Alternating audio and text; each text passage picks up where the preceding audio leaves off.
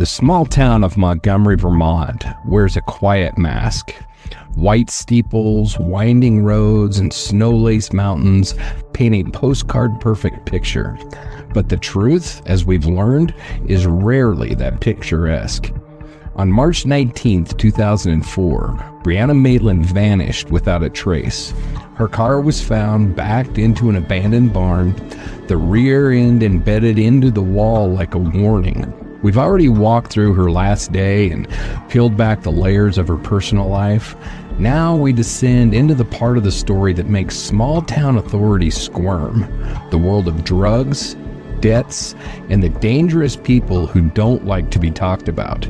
In this episode, we're exploring the underbelly of Franklin County, where teenage dealers, addicted acquaintances, and older men with reputations all move in the same shadowy circles. Brianna's name is whispered in the same breath as cocaine rings, stolen money, and enforcers who didn't play nice. Some say she owed the wrong people. Others say she knew too much. The deeper you dig, the more rot you find beneath the surface. This is Dark Dialogue, Brianna Maitland, Episode 3, Small Town Secrets, Drugs, Debt, and Disappearances. So let's open the case. Angela, how's it going? Good to see you. It's going well. I'm good. It's good to see you too. Ready to get to the end of the week? I'm quite certain of that. Yes. Huh? Yes. I'm very excited for this weekend. Any big weekend plans or just no plans? No. I actually plan to watch all the creepy shit, do some chores, and crochet a whole crap ton of stuff.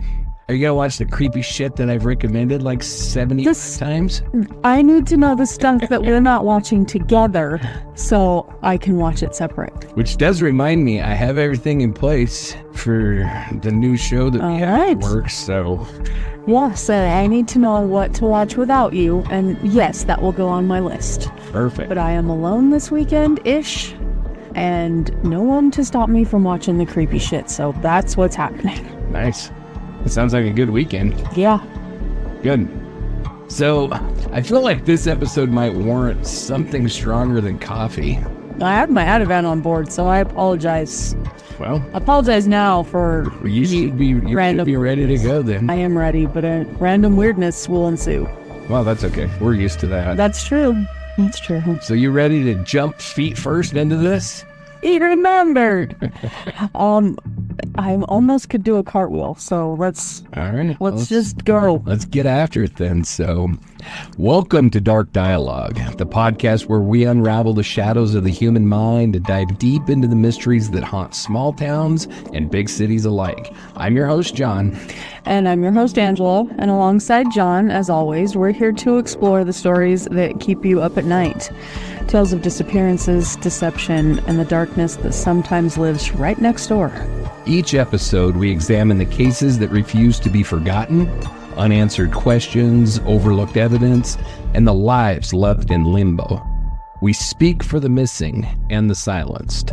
So, like we said, grab your headphones, pour something strong, or sweet, dim the lights, and settle in for a conversation that doesn't flinch from the truth. This is Dark Dialogue. Let's step into the darkness together.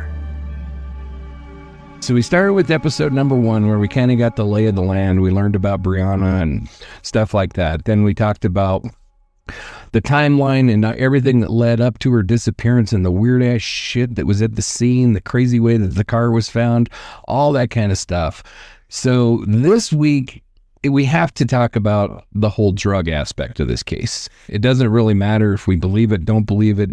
It's such a huge part of the case that it just can't be left unsaid. You gotta get it out there. Right, yeah, we've got to talk about it. So, as I've said in previous episodes, during this period of time in the early 2000s, Vermont was in trouble as far as drugs go. I don't know now if it's as bad as it was, but the way that I heard it described, it really kind of reminds me of so many Wyoming communities, honestly. Yeah. Including this one. And that is, actually, I think it was worse than here, because here's on its way to worse. Yeah, but they were saying that, like kids in Vermont, in this area of Vermont, they had to like drive to go to a movie. I mean, there was literally nothing for these kids to do, nothing. And so they'd have to take a road trip to go to the movies. You know, there was no, we talked about, you know, driving to Burlington in order to go to the shopping mall. You know, that was 40 some odd miles away or whatever.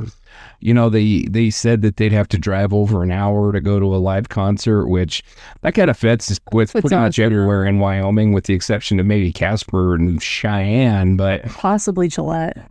Maybe. I never hear of any like big shows in Gillette. Maybe there is. I don't know about a show, but Randy Travis is supposed to be in Gillette. He's still playing? See, that's the thing, is I don't know about show, but he's supposed to appear. They've done some stuff with him vocally and another artist. It's some AI stuff, but yeah, he's still kind of appearing. He actually has a new song out. Really? Yeah. Wow, that's really interesting. I thought he was in pretty rough shape. He kind of is, but he's still trying. Huh? Well, there you have it. So anyway, northern Vermont, up in this area, it was really rural, and the kids just didn't have anything to do.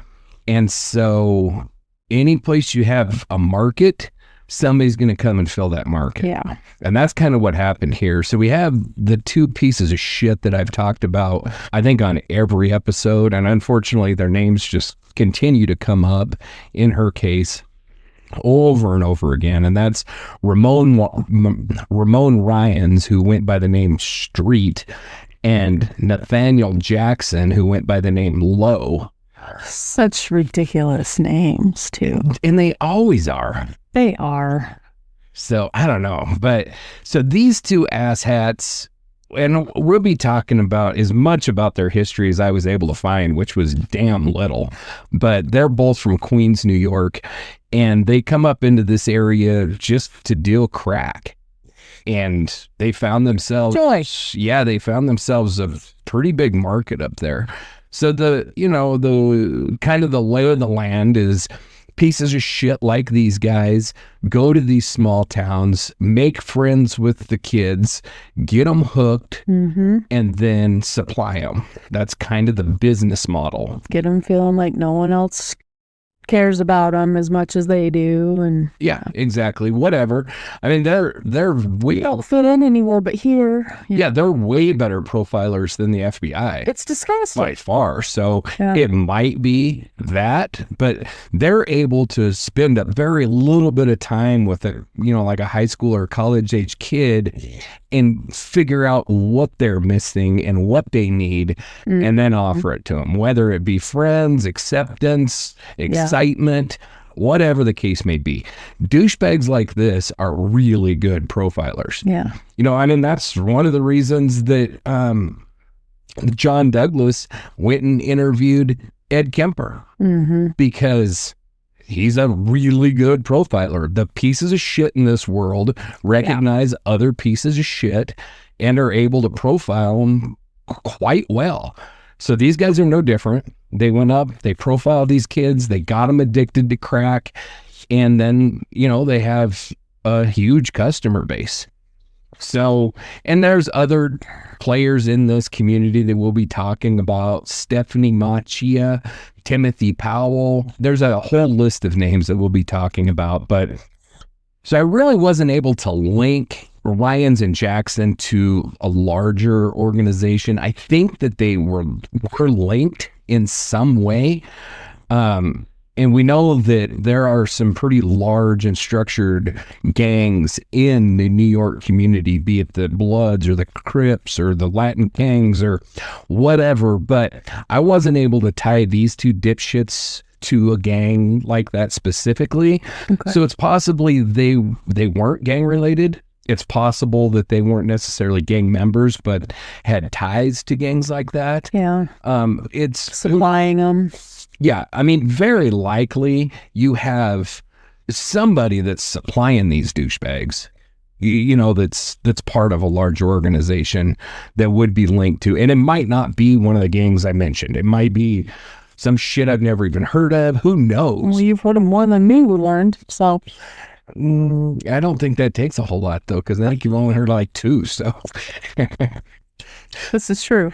but anyway, I wasn't able to confirm that they were drug or that they were gang members specifically. It really doesn't matter. They were douchebags. Yes. And they were dealing drugs in that area. Like I said, they both come out of Queens, New York, and they at least worked in a drug pipeline in that area.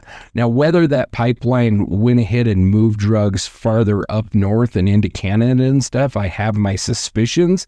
Logistically, it makes a lot of sense, but there was, unless you get in there and, I don't know, get somebody undercover or something and break that shit apart. I mean, that's stuff that the FBI has been trying to do with all kinds of organized crime for years and years and years. So suspicions don't really matter. It's whatever you can prove, but it doesn't really matter one way or the other, because we know that they were pieces of shit, and we know that they were involved in the drug trade. So in doing my research, the gangs that came up that really seemed to have run the drug trade in that area, early 2000s, would have been, like I mentioned, the Bloods, the Crips, the Latin Kings, and then there's always the Mexican drug trafficking organizations that are tied to the cartels in Mexico. They've been around for ages.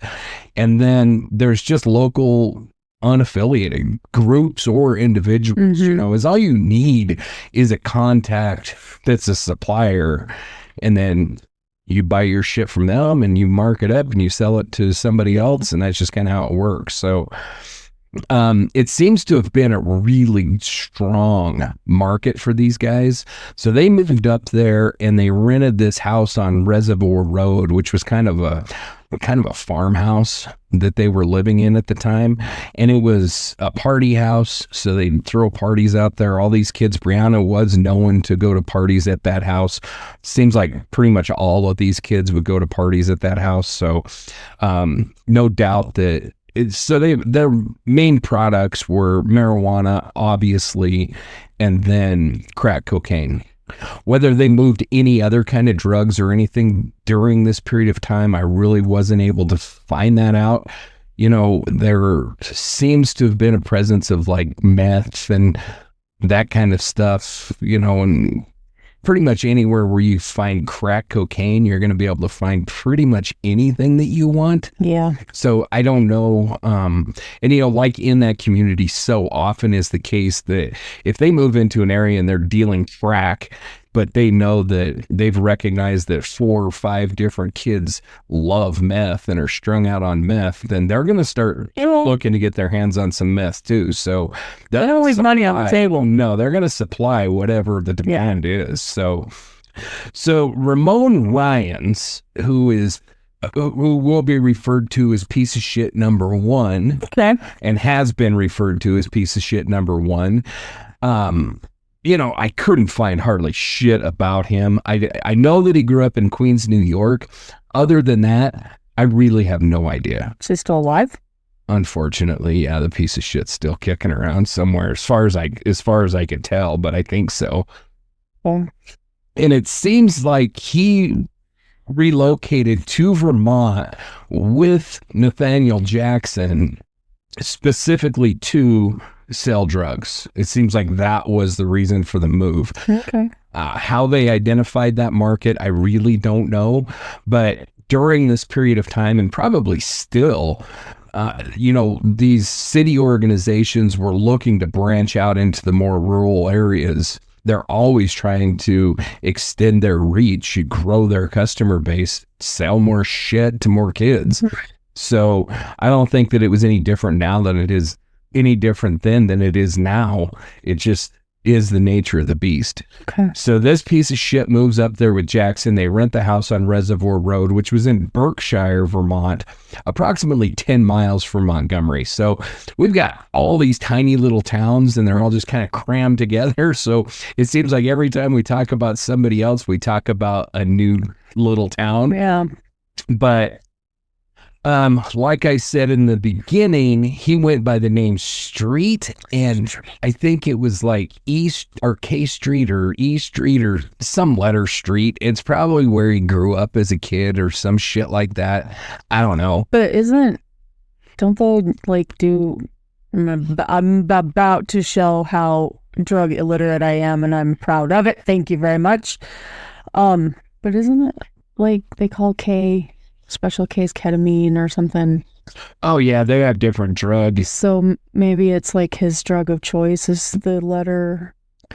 Maybe, but one thing I'll tell you, and again, why am I trying to figure it out? I don't know. And again, I couldn't confirm or not that these guys were part of a gang, but oftentimes the area where somebody lives, they're very territorial in their areas. And so, it could have been something linked to that. I mean, if you look back in early gang history, a lot of them were basically a block or a certain area of town, and they basically defended their portion of town from the neighboring portion of town. And so it is very territorial in these cities, especially when you get into the gang community. So it could have been linked to the street he grew up on. It could have been linked to who the hell knows, and who really gives a shit. I don't know why I was trying to figure it out, but for some reason my brain latched on and said, let's figure it out. So he is the one that Brianna seems to have known the best. That she had a relationship with? I don't think they really had a relationship as far as like the romantic variety. I can't really confirm or deny that, but I haven't seen that anywhere. Okay. What I did see is that her friend Jillian Stout said that she was introduced to Ryan's by Brianna when Brianna and Ryan's came over together. So, and they were just alone together. So from that, we can pretty well, reach the conclusion that they were running around together, at least some of the time. We know that they partied together, and so they could have just been acquaintances. There could have been, I don't know, there could have been a romantic connection. There may not have been. As far as that goes, I could find nothing to support that aspect of it at all. But they were running around together, and he definitely supplied her with drugs, so whatever all that means. But we know that she was strongly associated with him. And so, because he's living with piece of shit number 2, she definitely would have known that piece of shit and probably, ran around with him and stuff.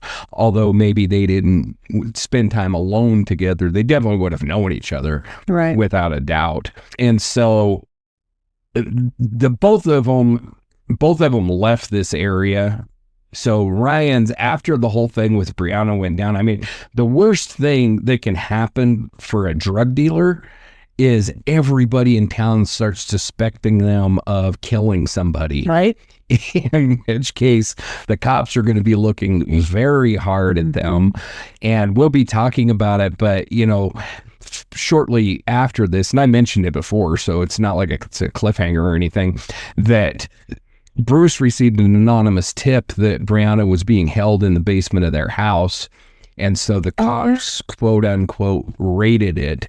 Not a good thing if you're a drug dealer, to have cops raiding your house, to be being arrested for possession and intent to sell and all this other shit. So right after this, they moved. So dipshit number 1, Ramon Ryans, he moved to, what the hell's the name of the town where the mall is at? Burlington. Yeah. So he moved to Burlington. Dipshit number 2, Nathaniel Jackson, I don't know exactly when, but he moved to the Carolinas. I don't know which one. I don't really give a shit. Right. But he moved out of there, and Ryan's moved out of there as well. And so we'll talk about Nathaniel Jackson next, but there's really not too much to say. His history kind of is a mirror image of shithead number 1, because he grew up in Queens, New York, couldn't find anything about his childhood, and he moved up to Vermont for the same reason, to peddle drugs to a bunch of kids. His dumbass name is Low, which Good guess. Fitting. Where in the hell that comes from, I have no freaking clue. He's a real winner, though.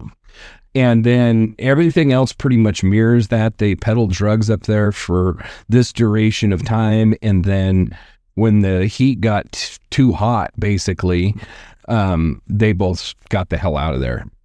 So the two of these dipshits were living in that farmhouse on Reservoir Road, like I told you, with a couple of other people. One of those people is a woman by the name of Stephanie Machia, and she was living at the Reservoir House with Jackson and Ryan's. And, you know, all of these asshats, there's no shit about them. You can't find anything about their childhoods or anything. I even had a very hard time finding court records and stuff for this bunch of souls. Yes. And as crazy as it seems, I couldn't hardly find pictures. I found one picture of Ramon Ryans and one picture of Nathaniel Jackson, and that was pretty much it. So I feel like they should be peppered with court documents and I know that they are, but why they're not more widely available, I just don't know. But they're not. And maybe it's a Vermont thing. Maybe they don't publicize it because... Did you look in New York? In New York? Mm-hmm. You know, I looked everywhere that I knew that they had lived. I don't know of any arrests in New York. They may or may not have.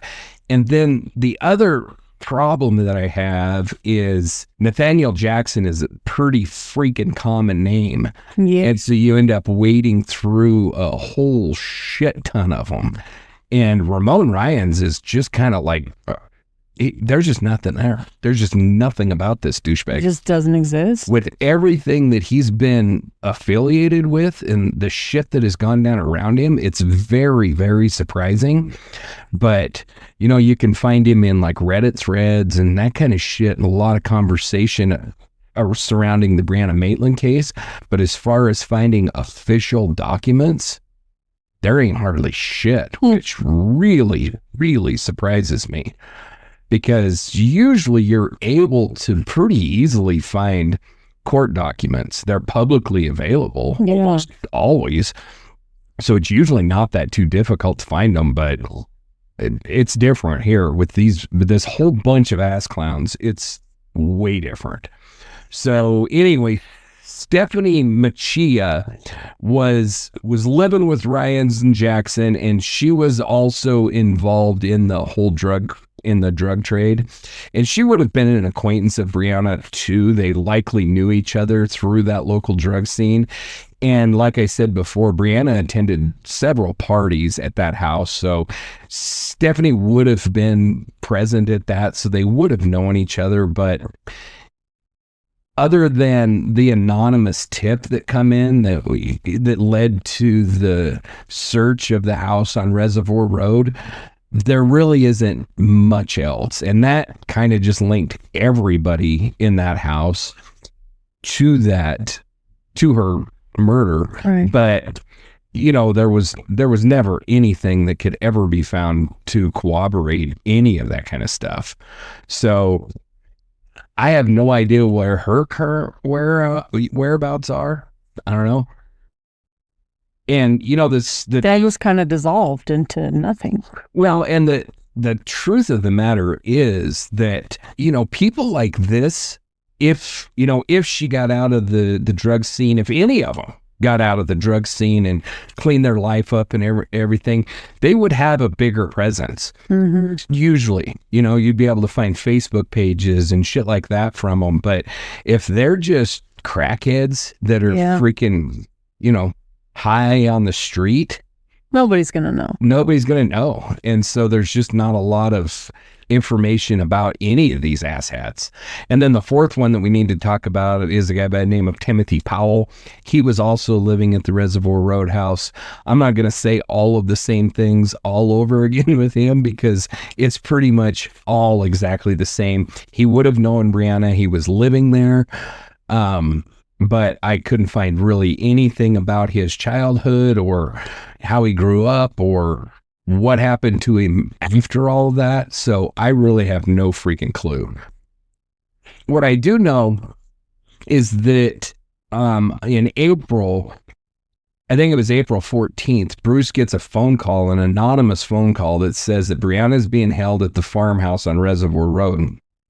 So he calls the Vermont State Police and says, either you go search that house or I will, which I realize I've already told this story, but just to kind of a recap. And so the cops were like, okay, we'll go look at it. And so they went with Fish and Game agents and Border Patrol. And it sounds to me like, at first I was thinking, well, maybe that's an indication that they were moving drugs up into Canada because Border Patrol's involved. Mm-hmm. But when you get to researching it, it's a very small force, both state police and the local police up there.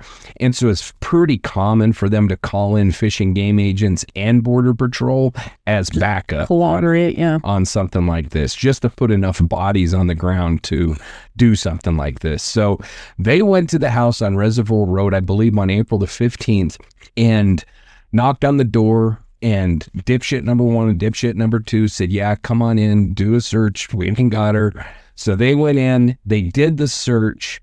And from what I understand, they then left and then got a search warrant because of the shit that they'd seen when they were looking through the house, came back with a search warrant.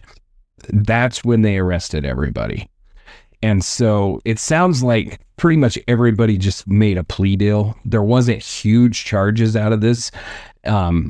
And, you know, like Ryan's was charged to, it was like everything but 45 days. And then he got time served for the 45 days. So he really didn't do any time. Ridiculous. And that's it. That's what I was thinking too. It's such a bunch of bullshit. But it sounds to me like it was pretty freaking questionable whether they were going to be able to get a conviction on any of this, because it came in as an anonymous tip to Bruce Maitland. It wasn't even an anonymous tip to the state police. So that's questionable whether that would have been enough probable cause to get a search warrant anyway. And then because of that tip, that's when they saw the drugs. And because they saw the drugs, they were able to get the search warrant. But it's all considered fruit from the poisonous tree. So if that initial search was ruled to be illegal, everything that came out of that search would have been inadmissible in court. Right. So it sounds like they kind of thought that it was questionable anyway. So they just took what they could get, which was just basically a mark on their record. Yeah. Because none of them really did any significant time or got watched and yeah. Yeah.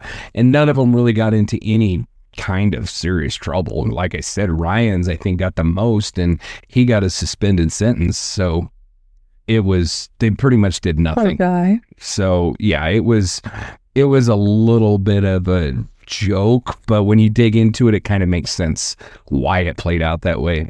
Okay. Because if they knew that they weren't going to get a conviction anyway, then what the hell's the point? Right. So might as well take what you can get. Just scar them up a little bit. Right. And then the next asshat that we have to talk about is a douchebag by the name of Jorge Istoto. And he went by the name Joker. And so this guy really sounds like he's a peach. But anyway, from what I could get, and this is not confirmed, but I think it's probably true.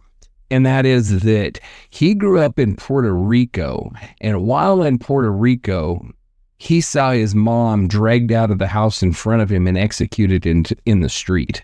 So that's kind of his childhood, which... I'll mess somebody up. Yeah, isn't really the best childhood. And this douchebag was an associate of dipshit 1 and dipshit 2. So now we're adding dipshit number 3. So all of these guys were kind of affiliated with each other, at least loosely. And I couldn't find much else about him, but he did, when he was in jail, he did basically take credit for killing Brianna. And so that's how... the guy, okay. Yeah, that's how he gets drug into this story. And he apparently said it on multiple different occasions. And He's been pretty well cleared. I think the cops and the FBI have both come out and said he didn't have anything to do with it. He just has a big mouth and wants to talk tough, which is what he said when they questioned him. He was like, yeah, I was just, trying to scare people, blowing smoke and trying to sound tougher than I really am. Or I don't know, maybe he is tough. I don't know. If you have a childhood like that, kind of everything's off the table. So yeah, you're probably not soft. Exactly. But anyway, it doesn't sound like he had a whole hell of like he had anything to do with it, but he could have. But he was released from either jail or prison like 24 hours before her disappearance. So he would have literally had to have booked it down to Montgomery to kidnap and kill presumably kill this 17-year-old girl for whatever reason. Yeah. There's nothing that says, yeah, Brianna owed him a shit ton of money or that they even knew each other at all. And there's nothing that really indicates they did know each other. So dipshit number 3 knew dipshit number 1 and dipshit number 2. And that's about it. There's nothing saying that Joker was often at these parties and stuff. He could have been. They may have met. They might have known each other, but there's nothing that links them together with Ryan's and Brianna. We have a witness who is pretty damn reliable, who was a friend, who isn't a freaking drug-addled lunatic. She's solid. She's, you watch interviews with her, you can tell she's got her shit together. She's, and at this point, she's a grown woman. I think she has a family now and everything. So, she is a reliable witness. And I think she would have said, obviously, I think we can trust what she says about Ryan's being introduced to her by Brianna.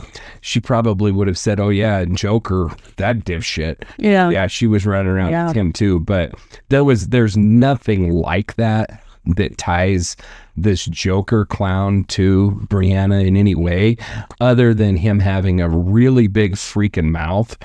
And that happens all the time. Right. Especially in jail or in prison or something, where somebody's just trying to sound tough or whatever, and so they make this shit up. And that's really what I think is the case with this dipshit. Other than that, they really aren't linked. Gotcha. So, we went through the whole cast of asshats last episode.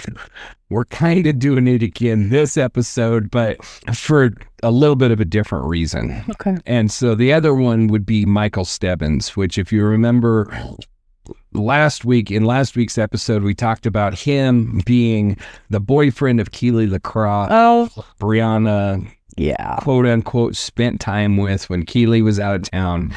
He is kind of the reason for the, because she lived with his parents. No. Oh, This is Keely's boyfriend. Oh, okay.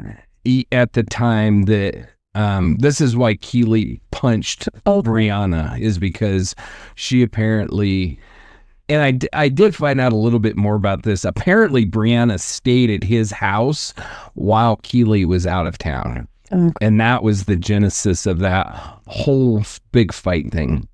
But this piece of shit was associated with the drug trafficking network in Franklin County during this period of time. And, he was centered around the same social circle and criminal circle with dipshit 1, dipshit 2, Ramon Ryans, Nathaniel Jackson, Stephanie Machia, Timothy Powell, potentially this Joker asshat, but definitely those 4. And was apparently engaged in the distribution and use of crack cocaine and marijuana. And so he likely was participating in all sorts of drug-related activities at the parties and the different locations, but at that Reservoir Roadhouse with the 2 dipshits. And his connection to Brianna is pretty freaking solid, We know that he was dating Keely, and this part gets so confusing when you start researching this, because a large portion of the sources claim that it was James Robitaille that was dating Keely. He was the reason for the fight. I think that's why I got confused. Yeah, because he had apparently dated them both as well. But when you really... Small towns. Yeah, small towns and teenagers. Mm-hmm. And so when you really dig into it, though, I feel very confident that it was Stebbins that was dating Keely at the time that she left town. He is the one that whatever happened with Brianna happened, and Keely got pissed because of it. So it wasn't James. It seems like it was Michael Stebbins. So... And this is what I warned you last week. It gets so confusing. I've been, up to my ears in this case now for the last several weeks, and I still get confused. I'm like, wait, I want to go back to my notes and be like, no, this dipshit is okay. Yeah. And I pissed myself off the other day because I was like Googling this name, and I kept Googling it, and nothing was coming up. And I was like, son of a bitch. And so I went back to my notes. You mixed two names? I mixed two names together and was searching like one first name and somebody else's last. I've done that. But there's just so many freaking names in this case that it's so hard to keep them all straight. So I really apologize to the listeners, because I'm sure that they're all like, wait, what? Who the hell is... No notebooks out. Yeah. Who the hell is who, and how does everybody fit in? And you're not alone. And honestly, listening to interviews with both Lou Berry and Greg Overacker, they say the same thing. Like, they'll be talking to each other and be like, wait, well, how does this person fit in this shit? And wait, what? It's just so convoluted. And I think that, like I said, with teenagers' lives, you do that anyway. I can remember, talking, well, even still, but especially when my kids were in their teenage years, and especially my girls, they'd be saying, this person or that person, and be like, okay, no, wait, what? Okay, who was that again? Yeah. Or it would be like, Dad. Yeah. Or you'd be like, wait a minute, I thought like since last month you guys were talking to each other. And it's like, no, keep up, Dad. Friends now. Oh, yeah, I should have known. What are you here for? Yeah, so Dad. You have that whole aspect. You have the teenage aspect. And then you have the drug scene aspect, which is just as freaking bad, where these people kind of come into the drug scene and out of the drug scene, and they're either, part of the group, or they're on the outs with the groups. And so it's just so confusing. And being in and out with the group just like that. Right. Yeah, I mean, kind of like what happened with Brianna.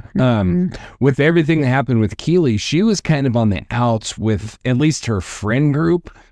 I'm sure that her drug dealers would be more than happy to supply her with drugs, but, like her quote-unquote friend group wasn't really hanging out with her or anything. And, the sad part of that is that also means that she was able to go so long being missing without it being discovered, because if you've got like a bunch of solid friends that you're talking to every day and all that kind of stuff, when they don't hear from you, they're like, wait a minute, what's going on? And they might have been able to raise the alarm a lot earlier, but she was on the outs with them. So really it was just Jillian Stout, who unfortunately went out of town for that weekend. So she didn't notice until after she'd come back. So that definitely does kind of play into this case, just in that she wasn't noticed by any of these people because she wasn't really hanging with them because they were all mad at her. And they have all pretty much since said it was going to blow over. And I think that they're right. It's a typical teenage spat kind of bullshit. It would have blown over. Then they would have mended fences and been friends again after the fact. But we just, unfortunately, she disappeared and never got to that point. But it does kind of play into the fact that it took so long to discover that she was missing. But I've said before, and we'll really discuss in detail tonight, this rumor that Brianna was killed and then a table saw was used to cut up her body and she was fed to the pigs. And I bring that up now. We'll go into a little bit more detail, but I'm not going into all the nasty ass gory detail. That's as deep as I'm willing to go into that whole mess. But the reason that I bring it up now is Michael Stebbins he either owned, or I believe his parents owned, the property that was searched, where supposedly she was fed to the pigs, and this all thing went down. The police searched it. They didn't find anything about that. And then apparently they have other properties that they refuse to allow the cops to search.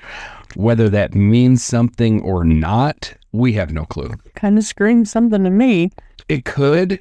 And it could also be like a parent being like, no, we've cooperated. You've run my son through the mud enough. Yeah. I wouldn't be that way. I can tell you straight up. I would be like, yeah, if there's a girl dead on my property, go find her. Yeah. Whatever you got to do, whatever you got to look through, go do it. I don't want nothing to do with that shit.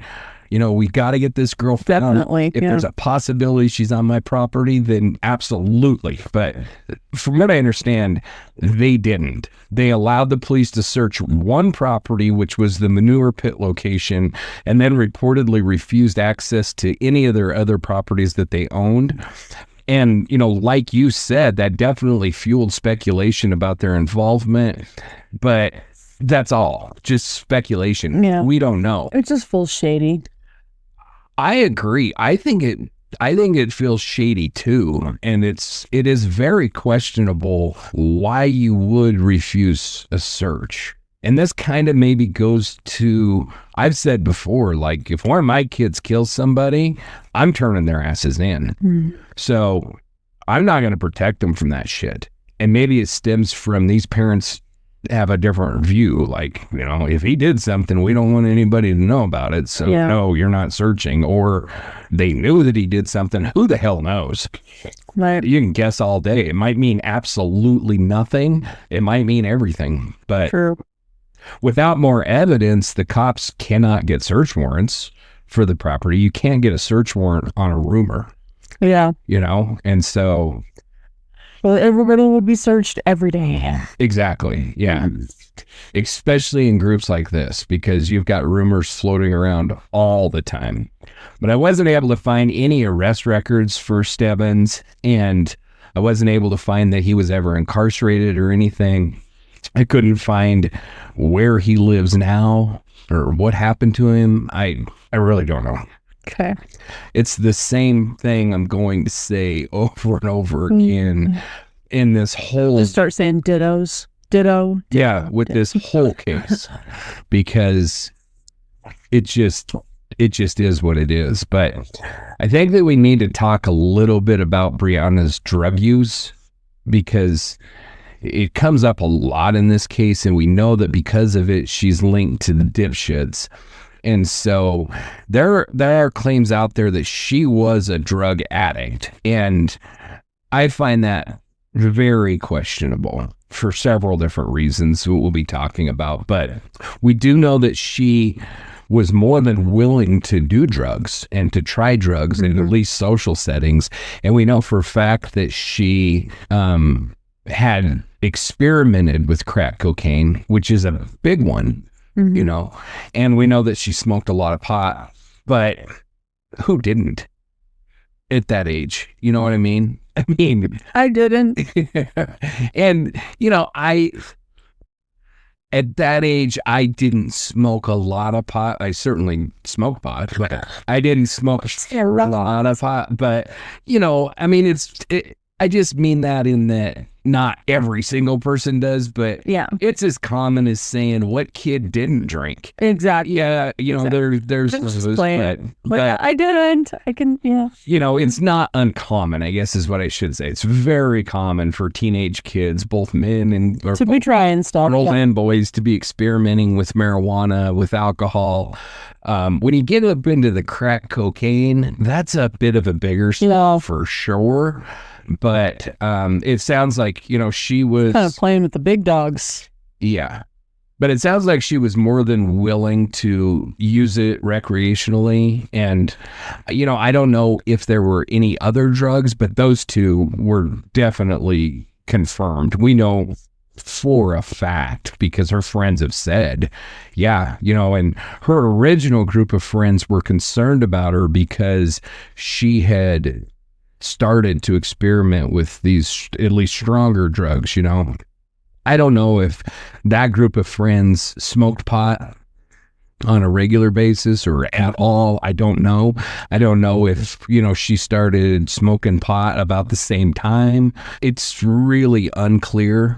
And, you know, the best sources of information for, you know, stuff like that would be like parents, but parents are also the last to know when something like that's going on. So we don't really know. I do know that Overecker has said that she was using more drugs than what they had originally thought she was using, but by no means was she like a drug addict. And so when we talk about when she started using drugs, it really sounds like it began either shortly before or shortly after moving out of her parents' house, which would have been on or around her 17th birthday, which was August the 8th of 2003. So we're talking about a pretty short duration of time, it sounds like, that she would have been, you know, experimenting with drugs. Right. And, you know, full disclosure, I kind of take pot out of that. Maybe she was smoking pot before that. I don't really put it in the same category. To me, it's kind of in the same category as alcohol. So if she was, you know, if she was drinking, and yeah, I'm sure that she'd probably drank before she moved out on her own. She'd probably smoked pot before she moved out on her own. But it sounds like the experimentation with the heavier drugs started after she had moved out of her parents' house. So we're talking probably late 2003, early 2004. So not a whole long time before she went missing, it doesn't sound like. Okay. And friends noted that she had experimented with hard drugs, specifically crack cocaine, in the quote recent past before her disappearance. So, you know, that suggests a period of a few months. So maybe November 2003 to March 2004, something like that.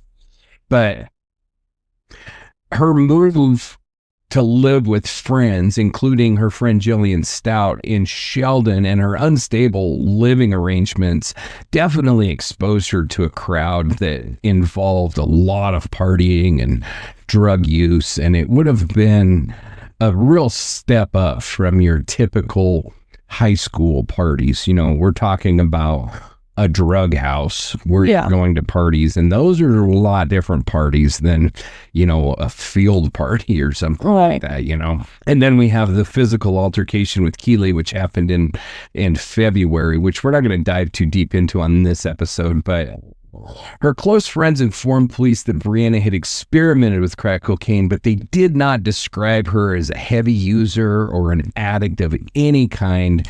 It was characterized as recreational and primarily at parties and social gatherings like that. Brianna's parents, Bruce and Kelly, still maintain to this day that she was not seriously involved with drugs, and they reject any claims that her disappearance was drug related. They acknowledged that she likely experimented with drugs, but emphasized that she was certainly not an addict. And you'll see. Well, addicts don't get their GEDs. They're not worried about it, is what I'm trying. I guess I just stereotyped a whole bunch of people, and I apologize for that. But, you know, the type of addict that people are trying to say that they are, she's not trying to get 2 jobs and get her GED. Right. You know what I mean? With drug addicts, they're pretty much the same as alcoholics. So you can have very high-functioning addicts, the same as you can high-functioning alcoholics, or you can have those that it just decimates their life and they hardly leave the house and their life just falls apart on them. Right. And, you know, anything that you're doing to excess is going to lead to usually is going to lead to that inevitable life falls apart. But you know, I wanted to stress the length of time that we're talking about here because I think that it's important. And she could have been headed in that direction for sure.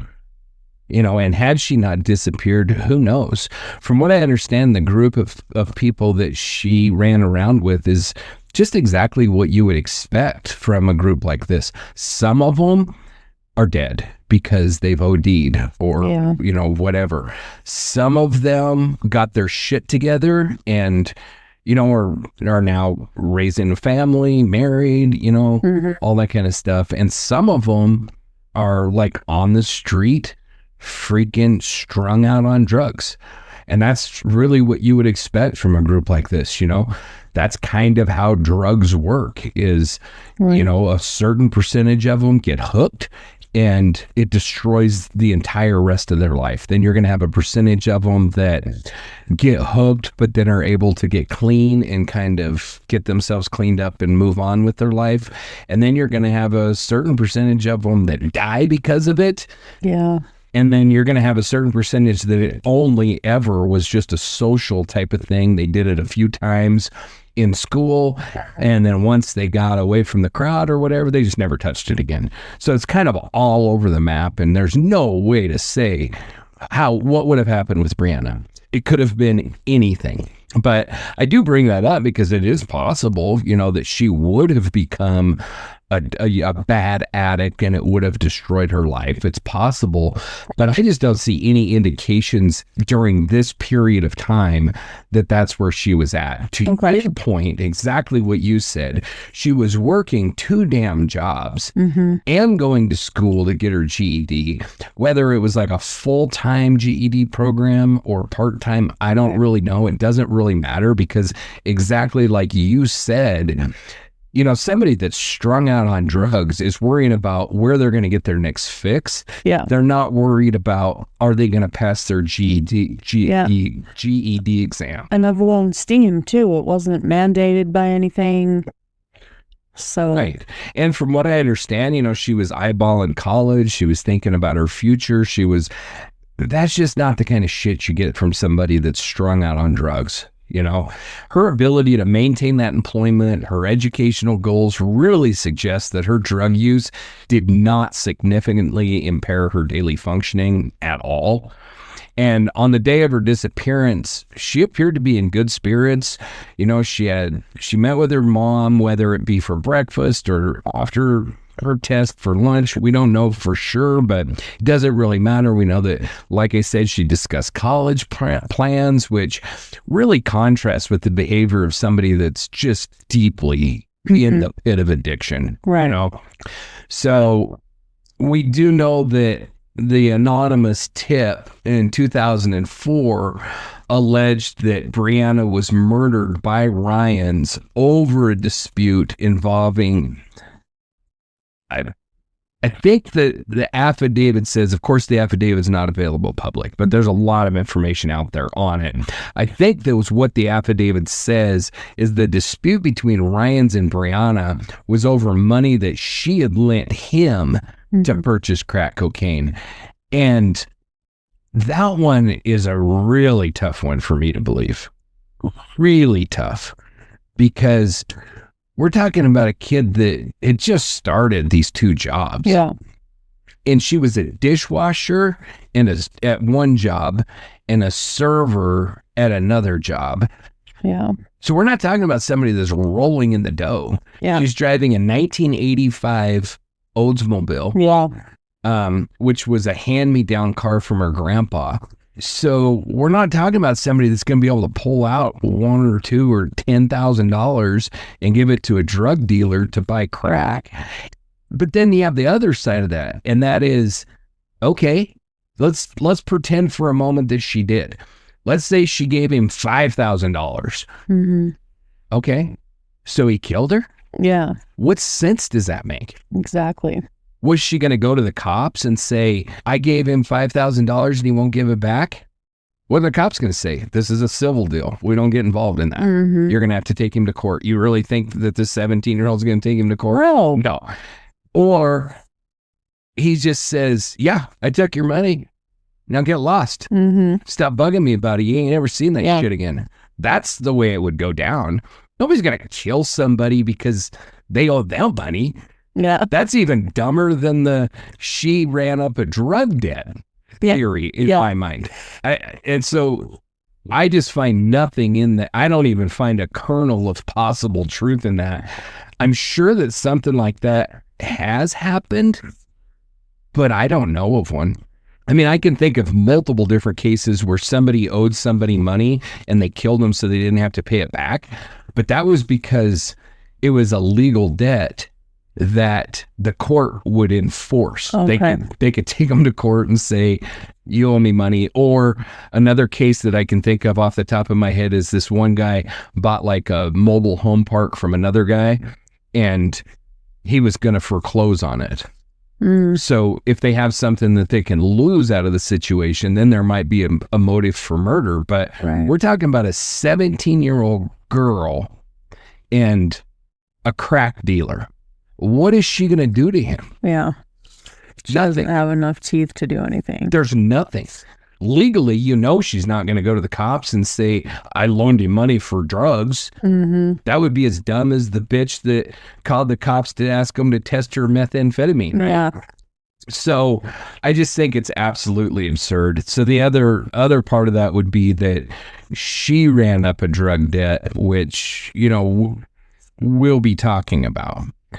But I think that it's really important at this point to bring up another woman. And this woman was named LaGia Ray or Gia Collins. So Gia Collins was born November 2nd, 1978, which would have made her 25 years old in 2004. And Gia disappeared July 5th, 2004 from Burlington, Vermont. So this would have been a few months after Brianna disappeared. And then Ryans, keep in mind, had moved to Burlington, Vermont shortly after Brianna's disappearance. So LaGia Collins was born in Long Beach, California, and she was of Korean descent. And she had moved out there to attend the South Burlington schools, and she'd earned herself an associate's degree in liberal arts from the Community College of Vermont. And she did that in May 2002. She enjoyed ice skating, drawing, music, playing the saxophone, and she was a devoted mother to her two young sons, which were 7 and 14 months at the time. And they were left in the care of family members after her death. She's described as being 5 foot 4 inches tall, 180 to 200 pounds, with a nose ring and long dark hair. So she was last seen by her live-in boyfriend around midnight on July 4, 2004 in Burlington, leaving her St. Paul Street home to visit a male friend's residence, but she never arrived. She was reported missing by her boyfriend about 9 o'clock on July 5th, 2004, and her 96 Ford Escort station wagon was also missing and was not reported as recovered. So I don't know if they ever found the thing or not. But Collins was linked to the same drug trafficking network that Brianna Maitland was affiliated with, especially through Ramon Ryans. Because like I'd said, he had moved into that apartment after his April 2004 arrest. So initially, he was a very prime suspect in her disappearance. But come to find out, another bitch by the name of Ellen Ducharme pleaded guilty to her murder, and it's a freaking terrible story. So you're trying to make sense out of something that an absolute lunatic drug addict is telling. So best of luck to you. But either one of two things happened. So either it was an argument over drugs, or it was an argument over a gun. I don't know. I know that Ellen in court, she's in court, and the judge is reading off the charges, and he says something about it being an argument over drugs, and she continually interrupts the judge, saying it was a gun. It was a gun. It was an argument about a gun. It wasn't about drugs. It was about a gun. Well, then. So whether she was trying to, make it better because it wasn't drugs, Which one's better? I don't. whether it was really an argument over a gun, and I guess it's really neither here nor there, but come to find out, she beats Legia Collins with a baseball bat in the head in her kitchen. And then this poor girl is laying on the floor bleeding and not dead. And this Ellen Duchamon, or whatever the hell her name is, she just basically stood there and watched her die. Lovely. Yeah. And so Ellen was dating another guy by the name of Moses Robar. And again, all these names I brought up the last episode. Oh, no. But now here we go again. So this piece of shit was 52 years old, and he was a resident of Burlington as well. He owned a 91 Chevy pickup that was impounded by police in mid-July 2004. And that truck was believed to have been used to transport Collins's body or some other evidence. And from what I understand, he was at work. He was some kind of a laborer. I'm not entirely sure what he did, but he was at work and was on his lunch break, I believe, and was sitting like on the tailgate of a truck. And the cops kind of come around and he pulls out a gun and blows his head off.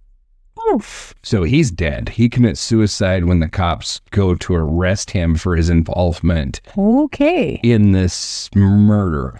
It doesn't sound like he was involved in the murder itself. It sounds like he was involved in the disposal of the body, but that's a pretty drastic reaction, which really makes me wonder what all was this guy involved in? Yeah, there had to have been more. And I'm certainly not linking him to Brianna. I don't think that there is a link there. That's not what I'm saying, but it just seems to me like he almost would have had to have been involved in something bigger than that. Yeah. Because that's a lot.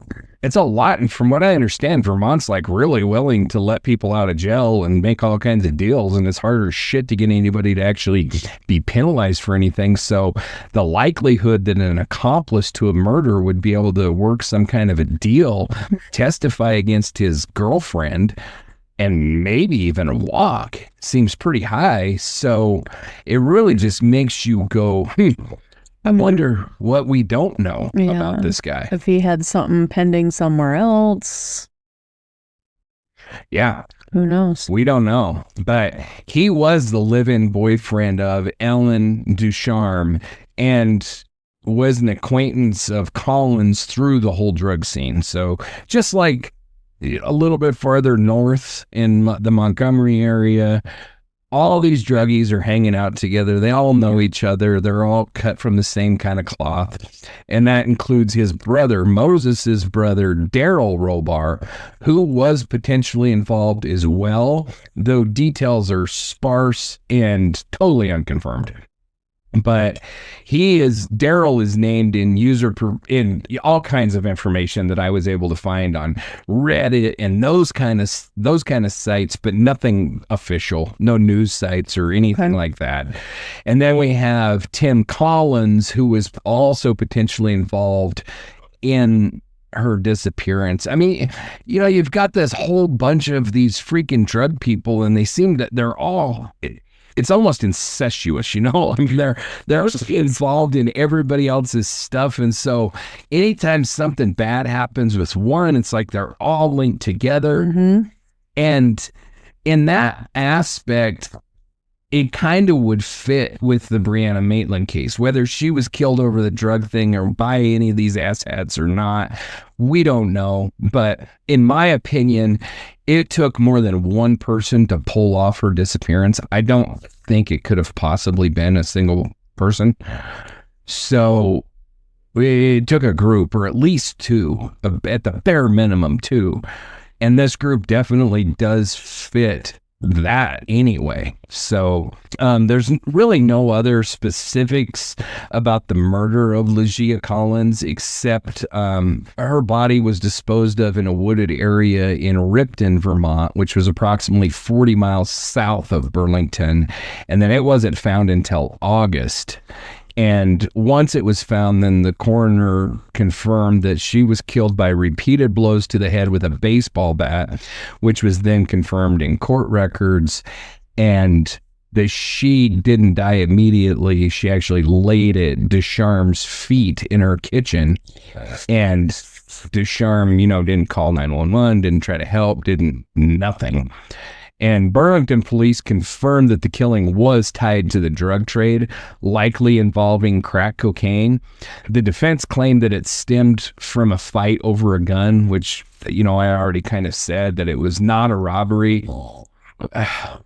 But the judge, his name was Judge Cooper Smith, rejected the defense's claim that it was mitigating, citing the brutality of Ducharme's failure to aid her friend.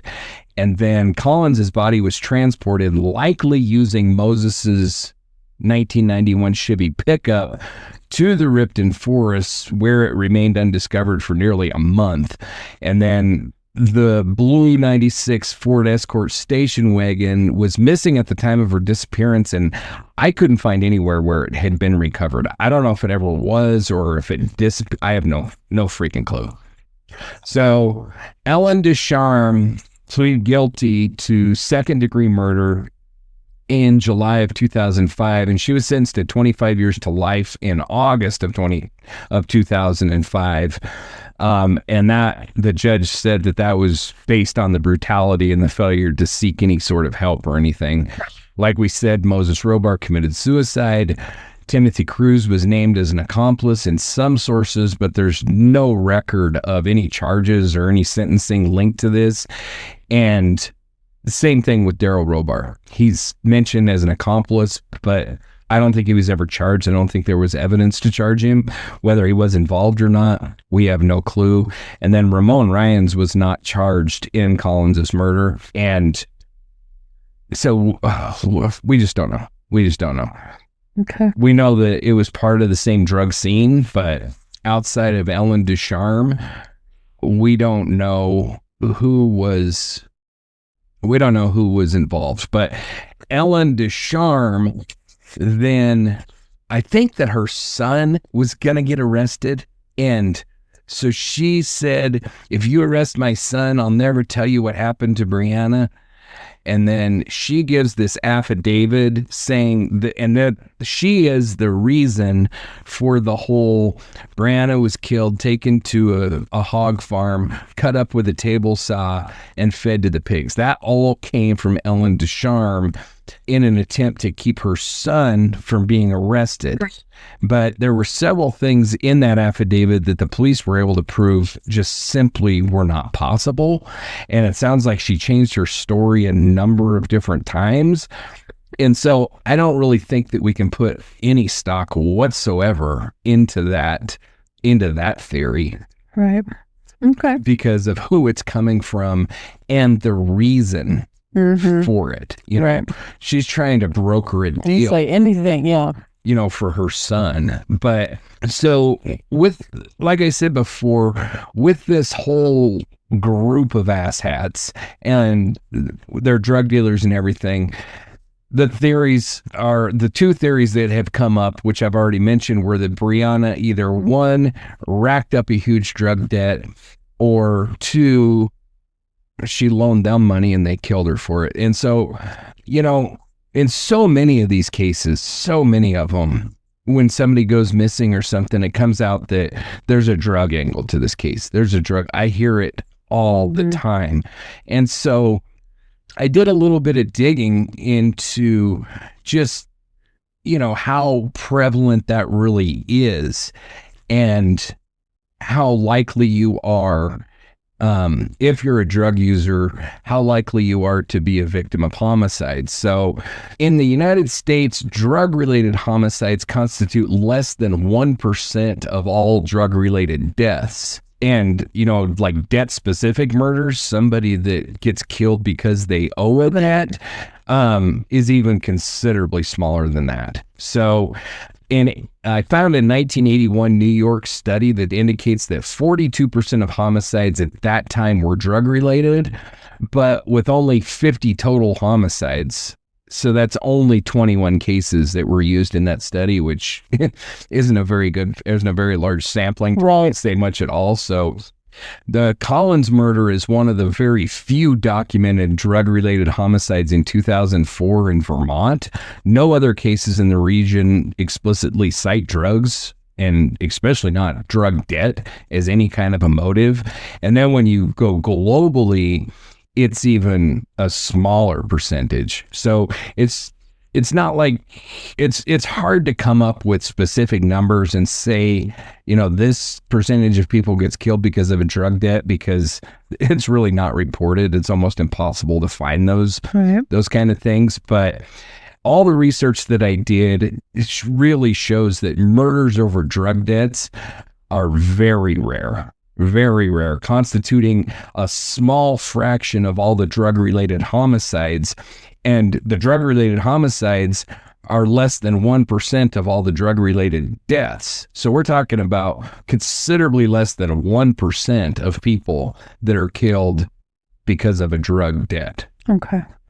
And then I also wanted to kind of try to figure out, if Brianna was a user, what level are we talking about to constitute enough money to warrant killing somebody over? Right. And so I did a lot of research into that, and it's kind of all over the map as far as usage patterns and stuff like that. But occasional users, who I defined as somebody that uses crack cocaine sporadically, usually just in a social setting, like parties or something, no regular pattern of dependency or anything like that. So they might use like once every few weeks or once every few months or something like that. So they're going to use typically between 0.1 and 0.5 grams per time that they use, which is going to be equivalent to about 1 to 5 rocks, because each rock is roughly 1/10 of a gram. So the total monthly usage for somebody like that would be between 0.1 and maybe 1 gram or less.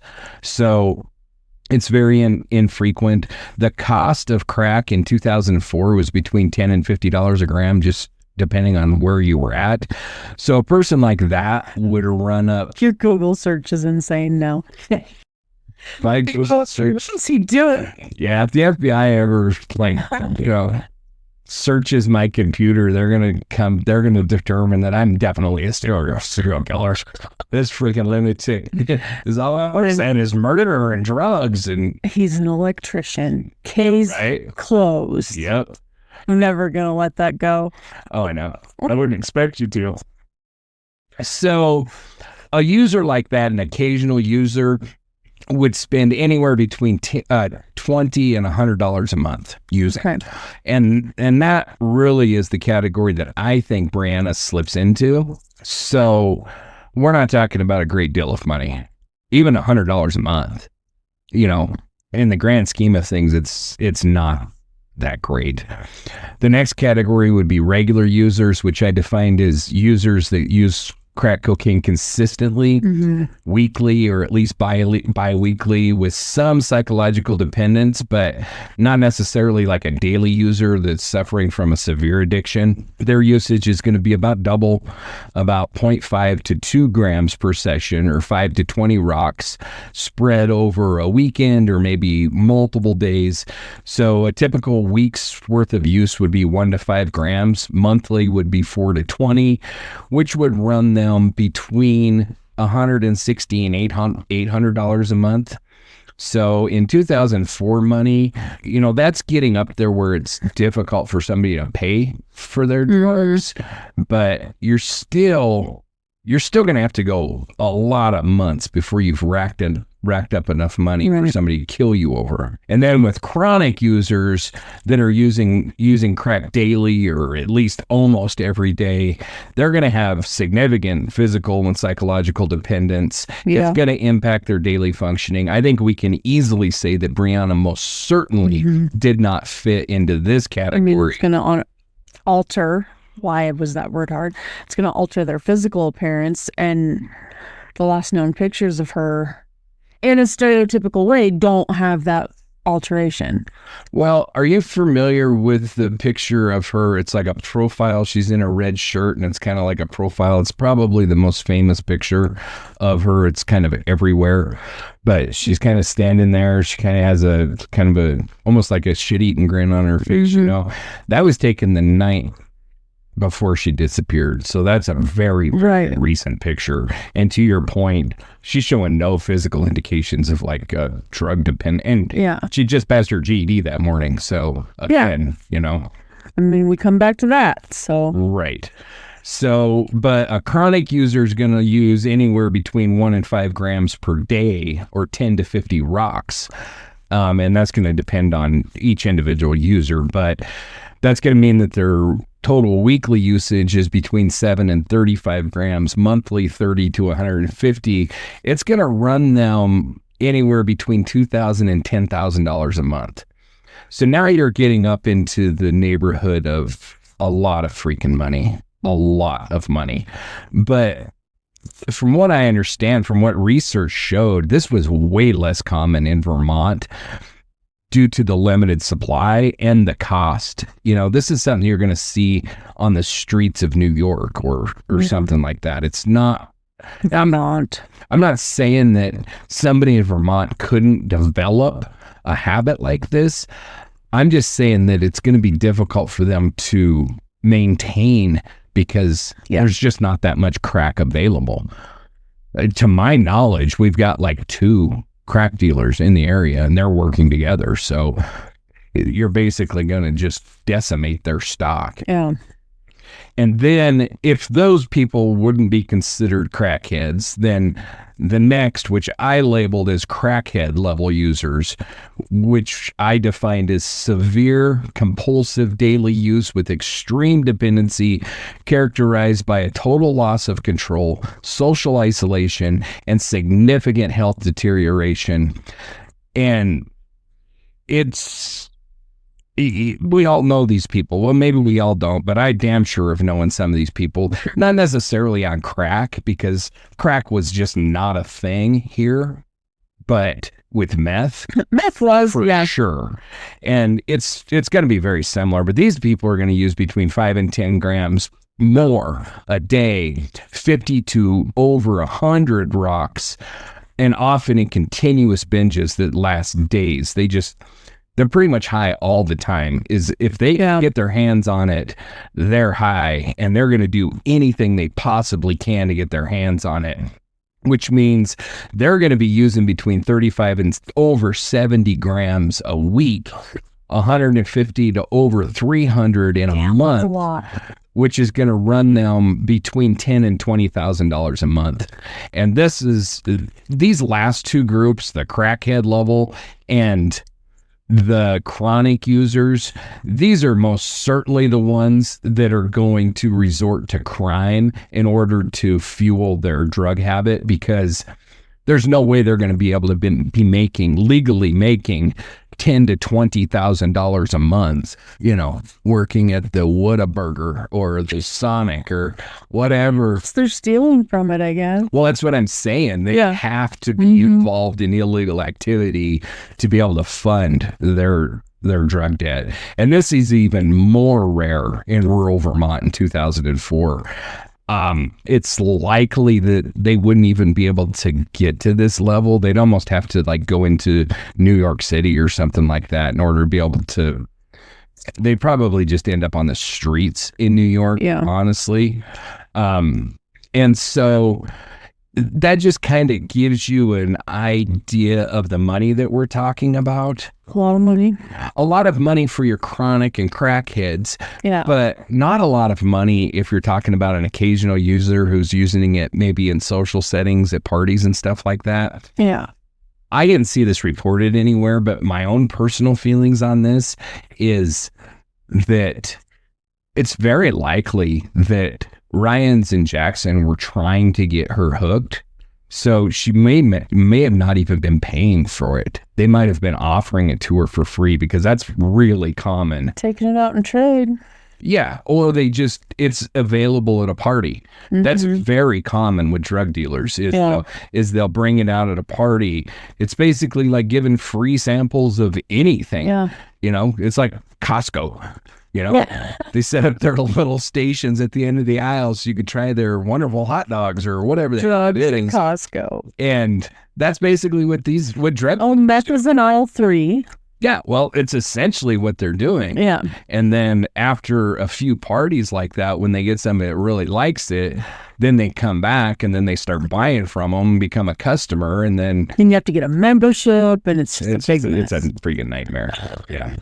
So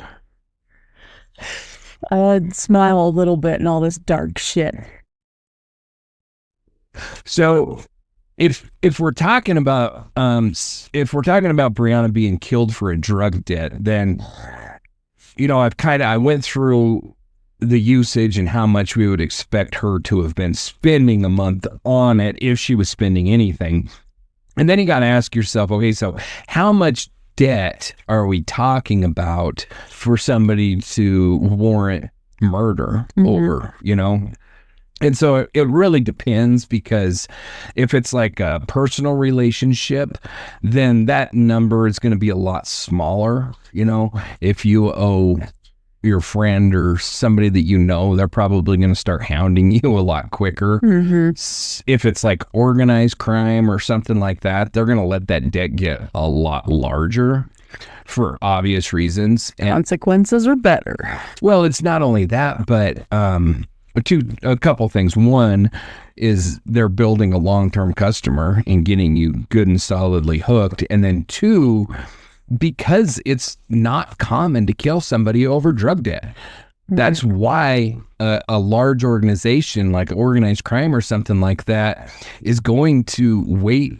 They're going to try everything they possibly can. They're going to break your legs. They're going to break your fingers. They're going to try everything they possibly can before they resort to murder, because that's the worst possible thing for them.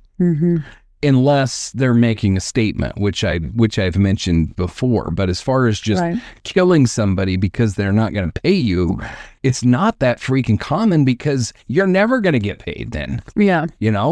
And then if you look at like the local market dynamics in rural Vermont in 2004, it's likely that smaller debts could lead to violence just based on limited cash flow. It's not a large organized crime deal, but you still got to ask yourself, like, okay, but what is the number? Because murder's a big damn step. And like I said a minute ago, you're never getting paid. You can't unring that bell. Right. And so murders in this setting, in this situation, murders usually stem from the perceived disrespect or a fear of snitching or retaliation, not the debt. And so it makes it really hard to define, and I knew that it would when I started researching this. I certainly didn't expect it to be like, oh, well, the number is $3,474. Once you go to $75, $3,475, then they'll kill you. Yeah. I didn't expect that at all, but I was very surprised to find that it's even more rare than I thought that it was. And so I was thinking that, I know that it's not that common for the reasons I've already said, but I thought it was a whole hell of a lot more common than it is. Right. We're talking less. It was like, we'll get there, but it's way less than 1%. The likelihood of a drug debt leading to murder, you kind of look at all of the homicides and then you extrapolate from that. So drug-related homicides, which I mentioned before, are a small fraction of the total homicides altogether. And then debt-specific homicides are even a smaller subset than that. So we're talking way, way, way, way, way less than 1% of all the homicides are drug-related, which is a minuscule little amount. And then that brings us to the next part, which my, broken brain had to dive into. And that is because I made the comment last episode that it seems like anymore, ever since Robert Pinkton was busted in Canada, everybody that goes missing is fed to the freaking pigs. Yeah, no doubt. And so I was like, okay, so how common is this really, that a murder victim is disposed of by feeding them to the pigs? And so my broken brain had to dive into it and figure it out. So is it even more broken now from figuring it all out? Probably. Okay. So I had to find out just how many people we're talking about that we've confirmed has fed their victims to the pigs. Obviously, at the very top of that list is Robert Pinkton. And for those that don't know, Robert Pinkton was a serial killer that was operating in the Port Coquitlam area of British Columbia, Canada, from 1995 to 2002. And he was a pig farmer. He was convicted of 6 counts of murder, but they've confirmed so they went into this pig farm after all of this kind of shit broke, and they went into this pig farm and they went looking, and they confirmed 33 different DNA sources. So it's likely that he had at least 33 victims. He was convicted of 6 and he confessed to 49. Holy moly. So we're talking about a large number of victims up in that area during that period of time. And they were all very similar to every other serial killer, or most serial killer victims. They were the marginalized in society, a lot of whom were prostitutes and, druggies and stuff like that he would... quote unquote expendables. Yeah. And that's just exactly how he treated them. I mean, he was a rare one because some of them lived with him and loved him to death. He was filthy freaking rich. And he gave tons of money to all kinds of people. So the one girl that was living there with him, she went out looking for him because they picked up this girl and brought her back to the pig farm to party with them. And then Robert Pinkton and this girl were out in another shed or some shit like this. And this girl went out there and found the other girl hanging from the ceiling. And I mean, so some he would kill, some he wouldn't kill. The one, and I think it was that one, he wanted to marry. And so he's all over the map. He's not your run-of-the-mill serial killer. And he definitely killed both females and males. So I don't know. But he's by far the most well-known. And then Susan Monica. I don't know if you know about Susan Monica. Okay, so Susan Monica was, and I don't know what the proper term is, but a transvestite. And I think a transvestite is somebody that has actually had the surgery. So I don't know. I do not believe that Susan Monica had the surgery, but she was living on this place in, I think it was in California. It was like a 20-acre pig farm. And she killed at least 2 people and cut them up and fed them to the pigs. And she claimed that it was self-defense and that it was a mercy killing, but it was almost certainly murder. And so she used her pigs to get rid of the bodies. And then we have Adrian Jones, which I had never heard of this case before, but it was a little 7-year-old boy who was starved and tortured and then killed by his father and his stepmother in 2015, and his remains were fed to the pigs. And then we have Maria Macgato and Lucia Nudlovo in South Africa. Definitely hadn't heard of these, but it was another one, 2 confirmed victims fed to pigs. Francisco Racasta in Italy in 2012 confirmed that he killed 1 and fed the victim to pigs. And so when you tally all of that up, the estimates are roughly 20,000 homicides annually, and that's from the Centers of Disease Control. So if I take that over a 20-year span, that's roughly 400,000 homicides. And then if you look at the pig disposal cases, because you really got to take Pinkton out because he's an outlier. I mean, And so if you take Picton out, that leaves roughly 3 victims. With Picton, it's at least 33. And then, you have the South African one, the Italy one. So globally, we're talking over a 20-year period of about 9,028,000 homicides a year, or over a 20-year period. Of those 9 million, 39 of them are confirmed to have been fed to pigs. And so when you do the calculation, the U.S. calculation, pig disposal accounts for less than 0.001% of U.S. homicides. The Canadian calculation with Picton is 0.275%, which is very high because of the one dude. Now that you're back to Picton, do you want me to explain?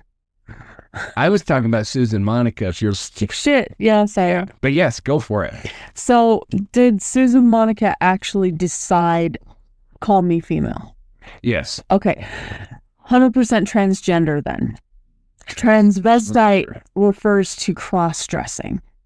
If they just, for their own personal excitement, wear the other gender's clothing, but they still identify as the gender they were born at.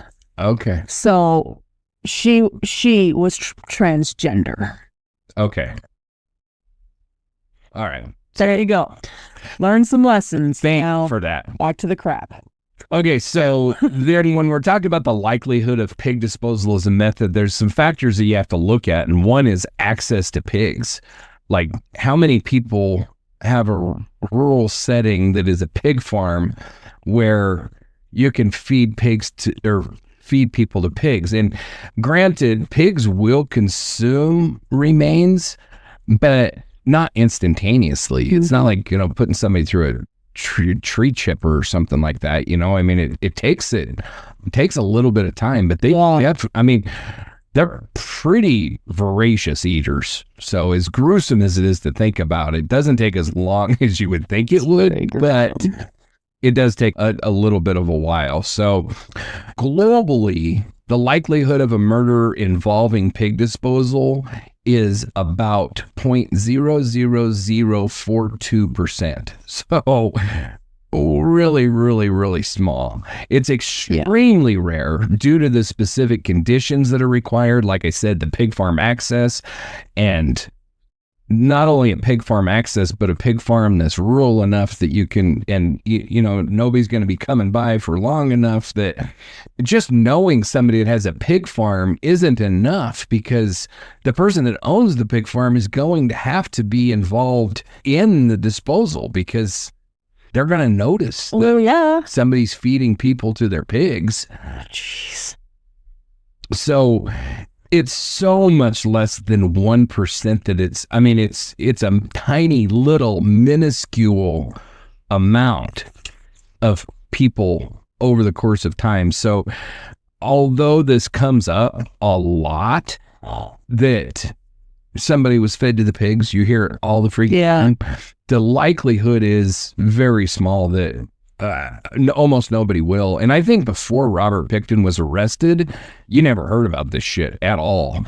But after that, then it was like the hot topic, and now everybody's like, oh, they got fed to the pigs. Mm-hmm. And so then the next thing that I wanted to take a look at, and I hope I'm not boring the shit out of everybody with all this math, but all the math, it's intriguing to me, and I think that it's important because I really put it all in here just to display how unlikely some of these scenarios are that people are claiming for Brianna.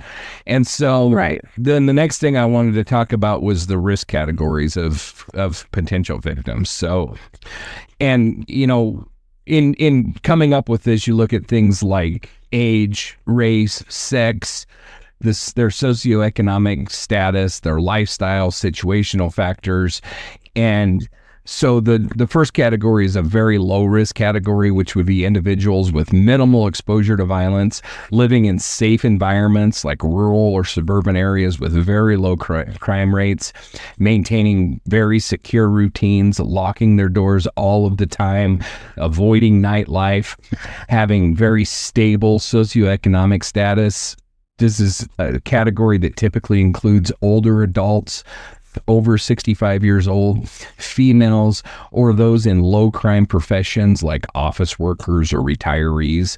Some examples of this would be elderly women in rural Vermont, suburban families with stable incomes, or individuals with no criminal or high-risk social ties.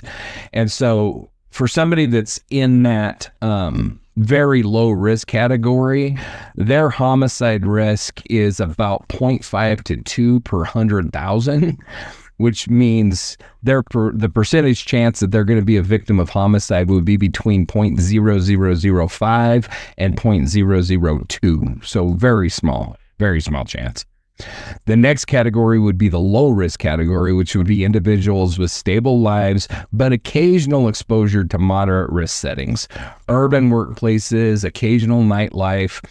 This includes middle-aged adults, 45 to 64, those in semi-urban areas or with minor social risks like casual bar visits. They're typically employed with limited contact with high crime groups. An example of that would be a middle-aged professional living in Burlington, Vermont, or individuals with routine but not isolated lifestyles. And so for that category, the homicide risk is between 2 to 5 per 100,000 or 0.002 to 0.005%. So still a very small percent.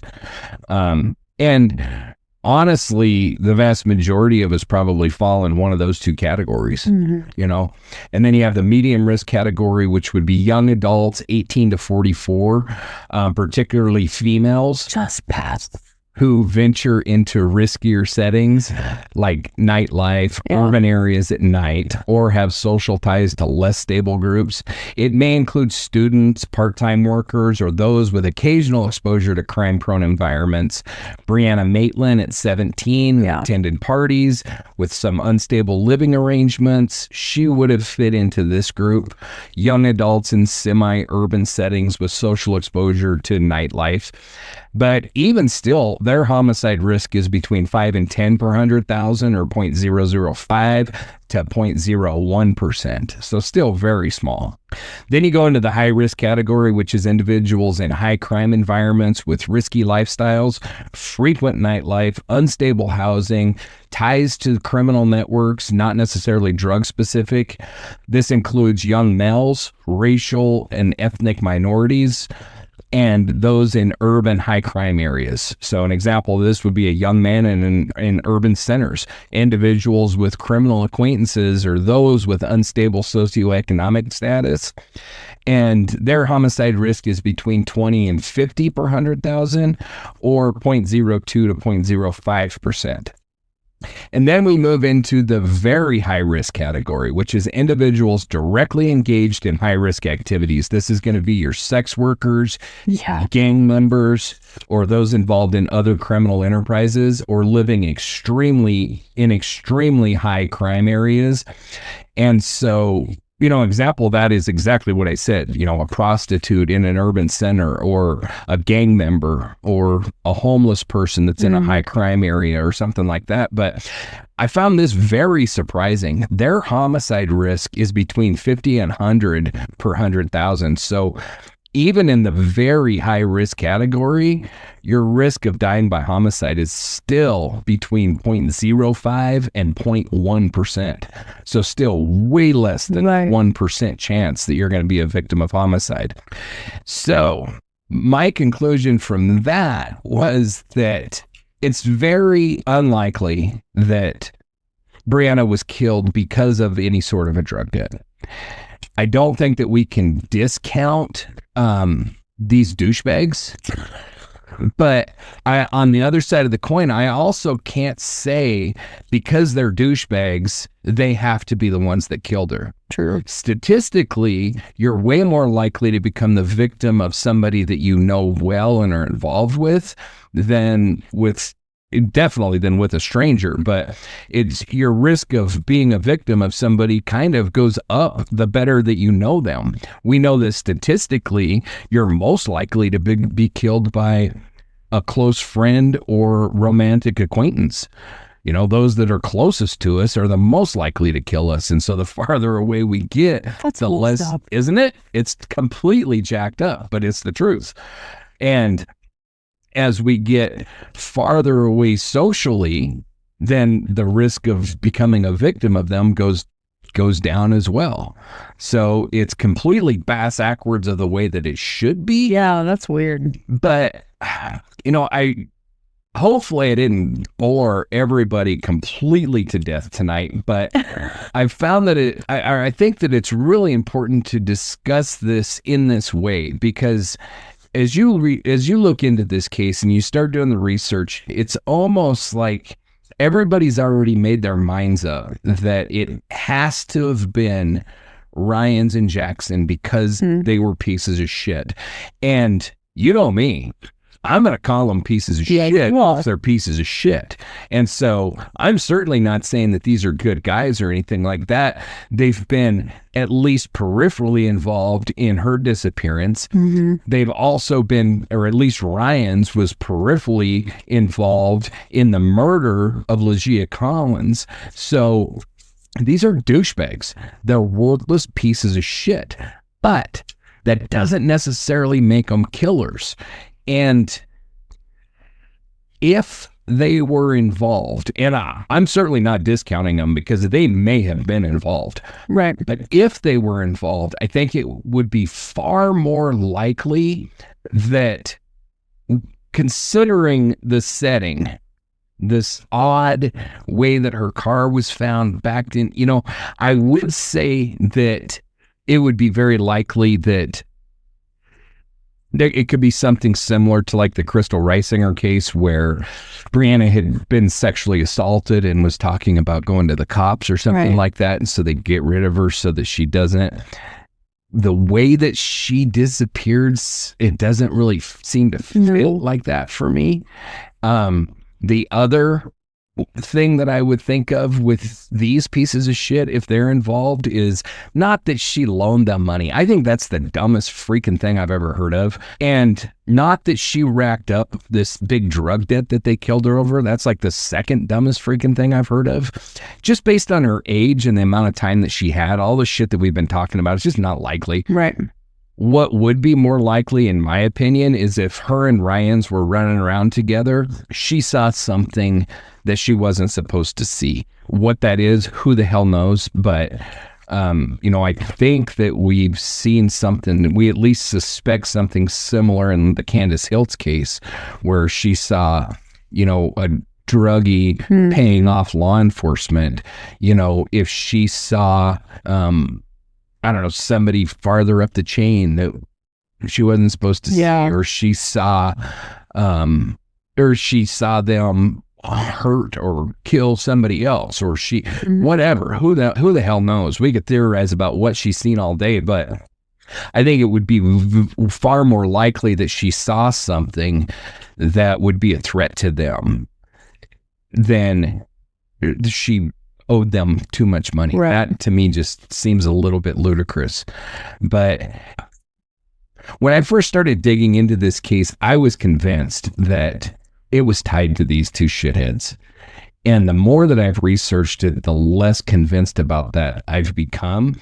And the sad part about that is the more then confused I've become, because I don't have another really good viable suspect. I don't have another avenue. In this. Right. It's like every avenue that you go down is a big question mark. And it kind of makes me think that that's why the case hasn't been solved. And it really makes me wonder that if we solve this case, if it's not going to be somebody that we haven't even talked about.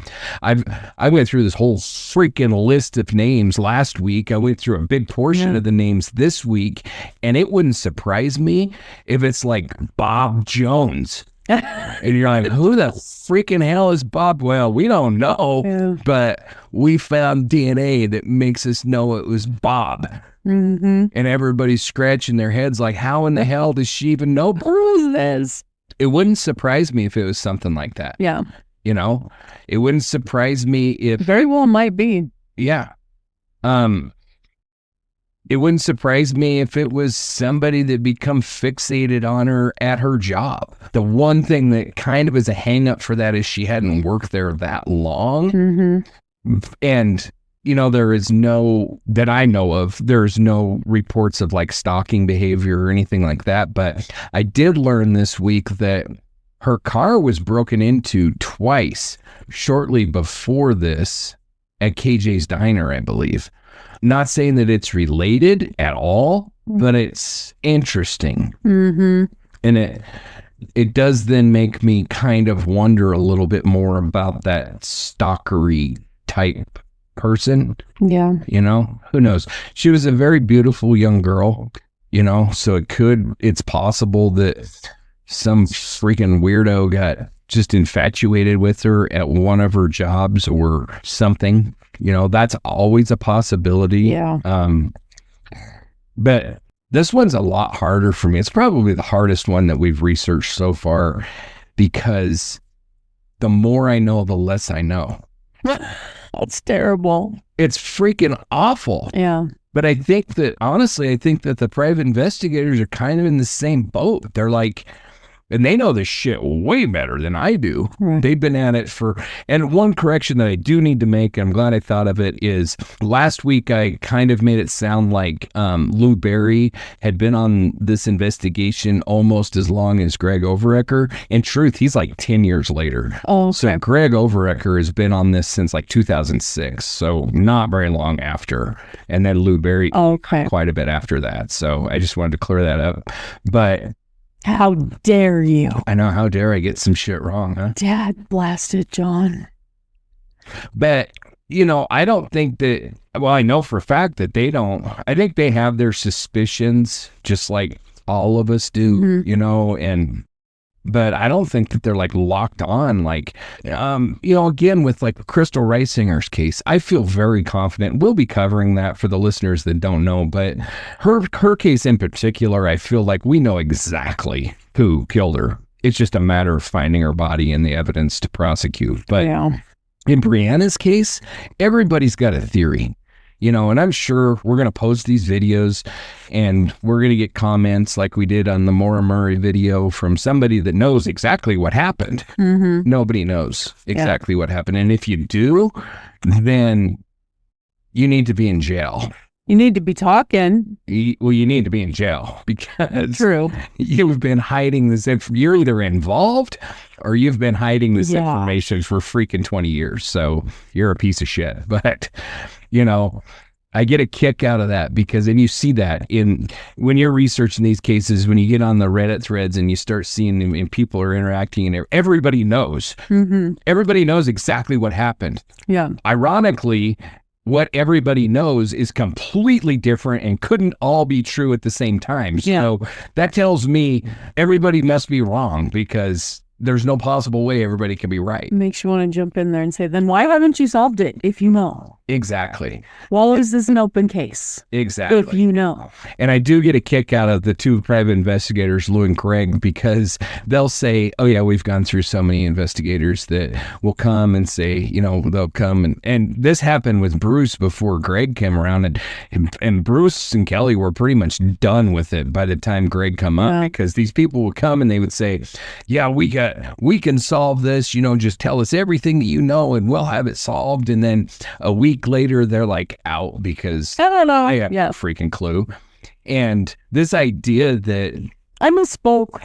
This idea that you can solve a case like this that's 20 some years old by just going and looking at some stuff like, I'm sorry, unless something breaks, and hopefully we have that in this case. Hopefully this new eyewitnesses and this gray or silver Honda is going to, you know, amount to something, but that's what it's going to take to break this case. And unfortunately, in both of these cases, the Brianna Maitland case and the Maura Murray case, I don't think we have DNA as an option either. So it's really just comes down to somebody needs to talk, or we need to identify witnesses that saw something.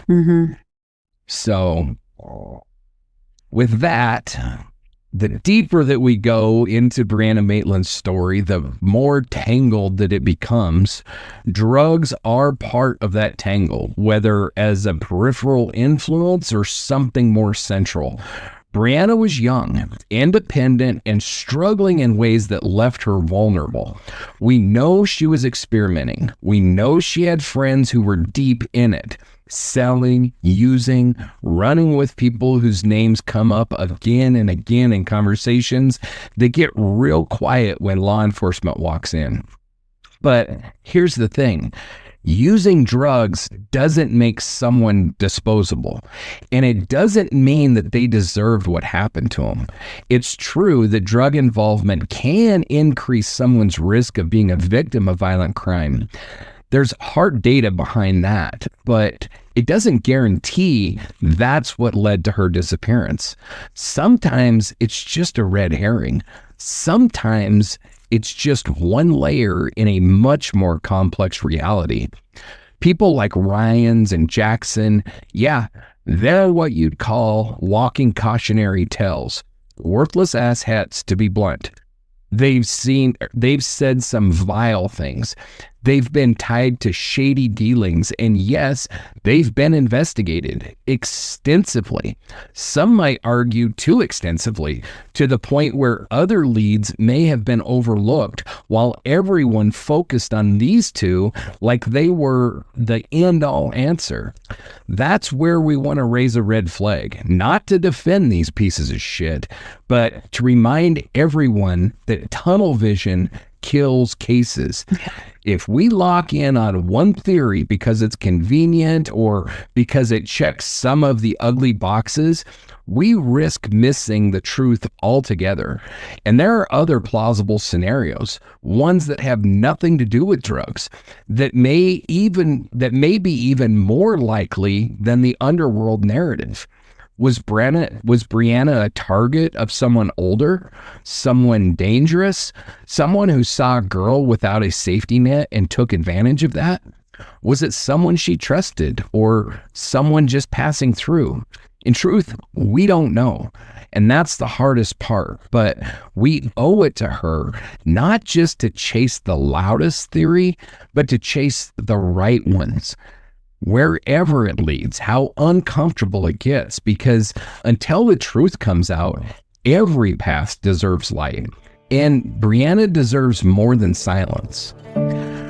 Before she became a missing person on a poster, before her name was etched into the cold lexicon of unsolved cases, Brianna Maitland was a daughter, a sister, a friend, a teenager trying to forge a life of her own in a world that wasn't always kind. She was contradictions made flesh, fiercely independent, but still just a kid learning how to live on her own. Tough as nails from farm chores and martial arts, but with a shy, crooked smile that gave her away when she let her guard down. She loved horses and Bon Jovi and driving with the windows down. She could throw a punch at the mat or recite lines from Kill Bill. She was magnetic. People noticed her when she walked into a room, and she didn't crave attention. She craved control over her life. And like so many kids in small towns, Brianna lived in a space between too mature for her age and too young for the world that she was stepping into. She couch surfed and kept secrets. She worked hard and held tight to a dream of something better. She was complicated. She made mistakes.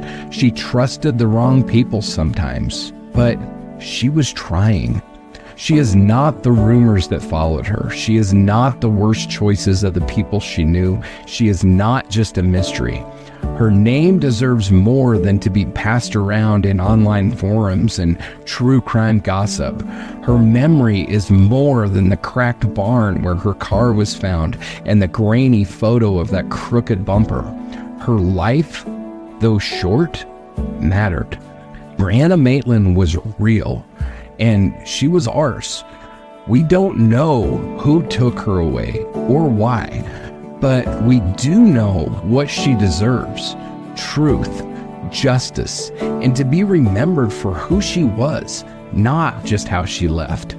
And until we have answers, we'll keep speaking her name. Cocaine, meth, pills. Small town addiction leaves a trail of pain, debt, and desperation, and sometimes disappearance. In Franklin County, Vermont, that underworld wasn't a rumor. It was real. And Brianna Maitland, like too many others, was close enough to feel its heat.